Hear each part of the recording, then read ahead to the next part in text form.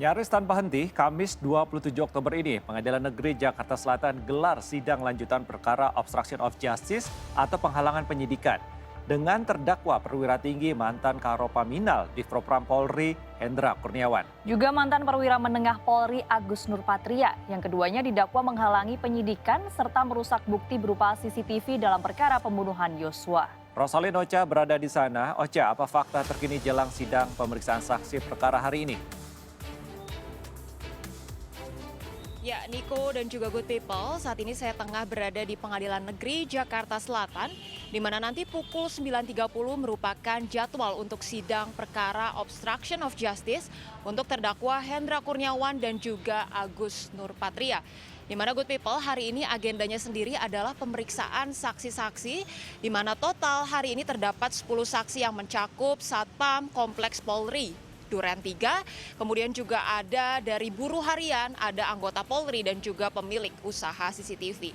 Ya, Good People, sebagaimana kita ketahui bahwa dalam perkara obstruction of justice dari kasus pembunuhan yang menewaskan Brigadir Nofriansyah Yosua Huta Barat, ini total ada 7 terdakwa termasuk Ferdi Sambo di antaranya.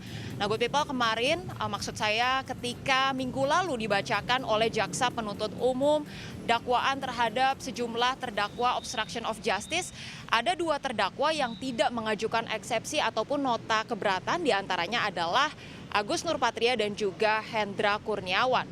Kuasa hukum dari Hendra Kurniawan dan juga Agus Nurpatria antara lain Henry Yosodiningrat mengatakan bahwa Jaksa Penuntut Umum sudah cukup cermat, sudah cukup lengkap dalam membuat dakwaan, sudah sesuai dengan KUHAP, yakni syarat material dan juga syarat formil yang dibutuhkan untuk uraian suatu dakwaan. Ya, Good People, kalau kita review sedikit pembacaan dakwaan oleh Jaksa Penuntut Umum di minggu lalu, ini mengenai kasus obstruction of justice yang terjadi pada mulanya 8 Juli 2022. Ketika itu pasca Brigadir Yosua tewas, kemudian Ferdi Sambo menelpon atau menghubungi Hendra Kurniawan yang merupakan anak buahnya dan memberitakan kronologi awal yang ia buat, yakni terjadi pelecehan seksual terhadap Putri Chandrawati, kemudian Barada Richard Eliezer menanyakan apa yang terjadi dan justru malah dibalas dengan tembakan oleh Brigadir Yosua sehingga terjadi baku tembak antara Eliezer dan juga Yosua yang menewaskan Brigadir Yosua. Sementara itu, Hendra Kurniawan saat itu mempercayai kronologi yang diberitakan oleh Sambo dan menceritakan kepada anak buah kepolisian yang lainnya mengenai kronologi tersebut. Dan ketika itu juga Ferdi Sambo meminta Hendra Kurniawan untuk melakukan pengecekan CCTV sehingga Hendra Kurniawan pun berkoordinasi dengan sejumlah anggota kepolisian lainnya untuk melakukan pengecekan CCTV. Ada salah satu anak buah diantaranya adalah Arif Rahman Arifin yang ikut serta dalam pengecekan, pengambilan dan juga mengganti DVR CCTV, yang mana ketika itu Arif Rahman Arifin beserta anak buah kepolisian yang lain juga sebenarnya sempat menyaksikan isi dari CCTV tersebut dan begitu kaget ketika mendapati bahwa isi CCTV tidak sesuai dengan kronologi yang diceritakan oleh Sambo.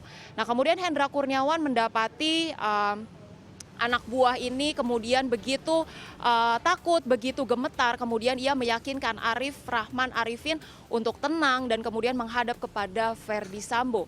Sementara ketika Ferdi Sambo memintanya untuk menghapus isi CCTV, Hendra Kurniawan lagi-lagi meminta Arif Rahman Arifin untuk percaya kepada Ferdi Sambo sehingga anak buah kemudian menghapus isi dari CCTV.